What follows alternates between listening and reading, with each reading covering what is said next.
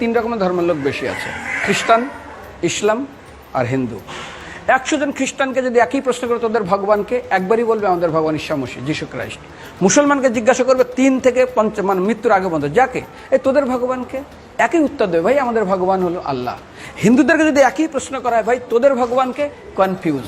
100% Hindu 100% confuse, জানে না ভগবানকে। দ্বিতীয়ত, যদি তুই মুসলমানকে জিজ্ঞাসা হয় তোরা মসজিদে কেন যাচ্ছিস, ওদের শেখানো হয় মসজিদে যেতে হবে নামাজ আদায় করার জন্য। সপ্তাহে ওরা 100% একদিন মসজিদে যাবেই। তুমি যদি খ্রিস্টানদের জিজ্ঞাসা করো তোমরা কেন কোথায় যাবে, কোথায় যাও না, আমাদেরকে একদিন তারা চার্চে যাবে। কেন?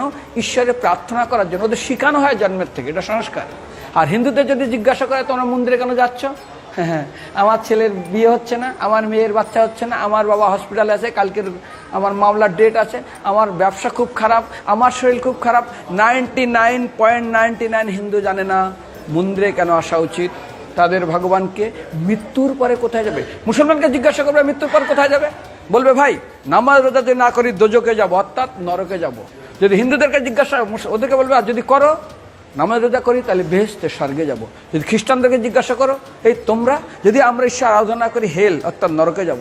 যদি বলা হয় যদি করো ঈশ্বর আরাধনা তাহলে তোমরা হেবেন স্বর্গে যাব। আর হিন্দুদেরকে বলে যে তোমরা মরার পরেই 99% হিন্দু এটাই বলে, মিথ্যাই বলে, আমার বাবার সাজ্ঞানে স্বর্গে গিয়ে বসেছে। তোর বাবা কি জমি কেনা আছে নাকি স্বর্গে? তোর বাবা জমি কেনা আছে যে তোর বাবা মরার পরে স্বর্গে গিয়ে হোয়াটসঅ্যাপ করে দেখি এই যে অ্যাটাচ বাথরুম টয়লেট আমি একদম ভালোভাবে পৌঁছে গেছে, তোর বাবা স্বর্গে গেছে জানিস তুই? আরে মৃত্যুর আগে এত কষ্ট পায়, এত কিছু করে, মারার পরে আমার বাবা স্বর্গে গেছে।